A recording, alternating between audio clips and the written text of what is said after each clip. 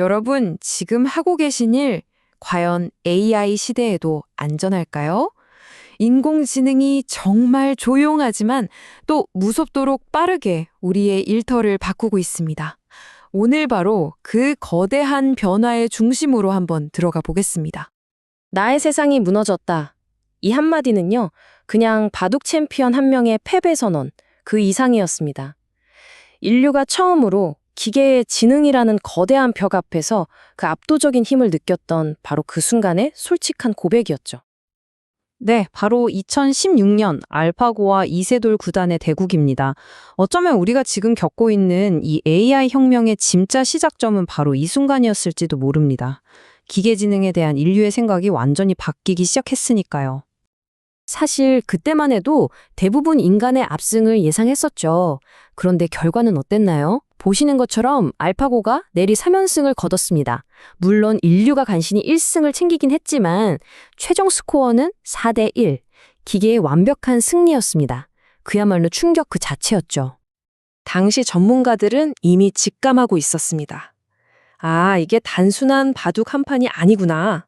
수천 년간 인간 고유의 영역이라고 믿어왔던 이 전략과 직관의 패러다임이 뿌리부터 흔들리는 순간이라는 걸 말이죠.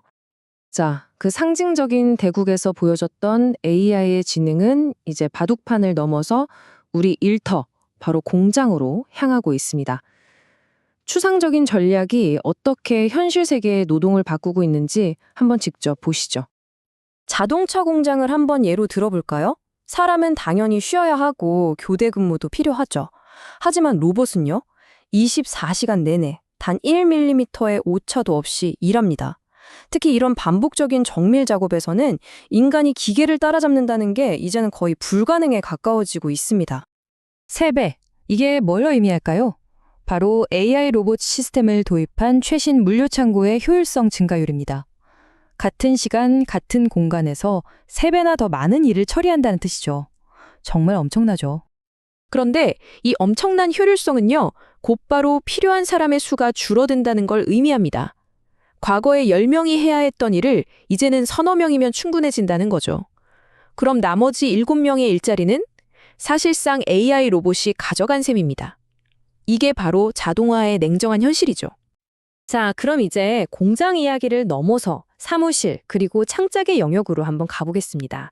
AI가 이런 단순 반복 작업뿐만 아니라 코딩이나 디자인 같은 고도의 지식 노동은 또 어떻게 바꾸고 있을까요? 이게 요즘 실리콘밸리에서 말하는 10배 효율을 내는 새로운 코딩 방식입니다. 사람은 그냥 우리가 쓰는 평범한 말로 이런 앱을 만들어줘 라고 목표만 던져주면 돼요.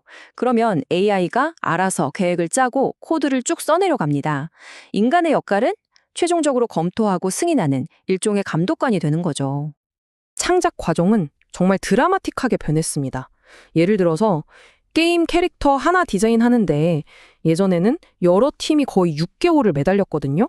근데 이제는요, 단 한 사람이 하루 만에 끝낼 수 있게 됐습니다. 시간, 비용, 인력의 개념 자체가 완전히 무너지고 있는 겁니다.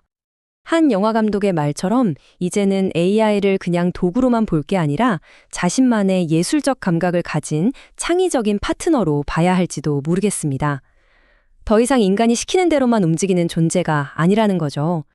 자, 이렇게 물리적인 노동부터 지적인 노동까지 모든 분야에서 엄청난 효율성 향상이 나타나고 있는데요. 이건 이제 고용시장 전체를 뒤흔드는 거대한 경제적 변화로 이어지고 있습니다. 이게 바로 채용 절벽의 현실을 보여주는 그래프입니다. AI가 신입사원들이 하던 기초적인 업무들을 대체하기 시작하면서 주니어 개발자나 디자이너를 위한 일자리가 말 그대로 증발하고 있어요.